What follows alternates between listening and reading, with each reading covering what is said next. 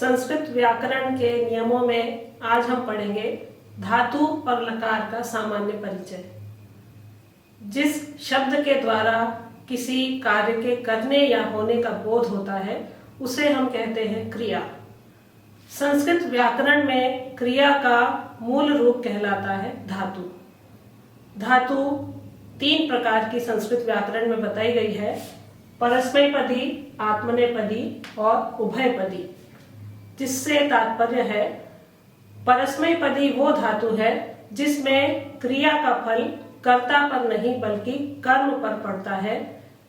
आत्मनेपदी धातु वह होती है जिसमें क्रिया का फल सीधा कर्म पर पड़ता है, और उभयपदी धातु वो होती है जिसमें क्रिया का फल कर्ता और कर्म दोनों पर पड़ता है। ये है 3 प्रकार की धातु, और इन धातु को लकारों के माध्यम से वाक्य में प्रयोग किया जाता है। इंग्लिश में जिसे हम टेंस के माध्यम से समझते हैं वही संस्कृत व्याकरण में लकार कहलाते हैं। मुख्यतः 10 लकार हैं, लेकिन प्रयोग में प्रमुख 5 लकार ही हम करते हैं। पहला है लट लकार, वर्तमान काल में जिसका प्रयोग होता है। दूसरा है लोट लकार, जो जब आज्ञा दी जाती है उस अर्थ में जहां पर क्रिया का प्रयोग होता है वो लोट लकार कहलाता है।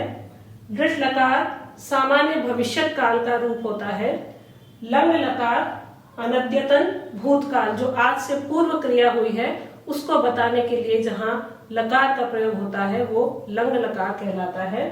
और 5वां है विधिलिंग, चाहिए या करे इस अर्थ में जहां पर क्रिया का प्रयोग होता है वहां विधिलिंग का हम प्रयोग करते हैं। इसके बाद लिट, लुट, आशीर्लिंग, लुंग और लिंग, ये भी भूतकाल, भविष्यत काल या आशीर्वाद देने के अर्थ में जिनका प्रयोग होता है। ये प्रमुख 5 लकार और हैं। तो ये आज हमने धातु और लकार इनका सामान्य परिचय पढ़ा है। अब इसके बाद हम इन धातुओं का प्रयोग कैसे किया जाता है उसके बारे में पढ़ेंगे।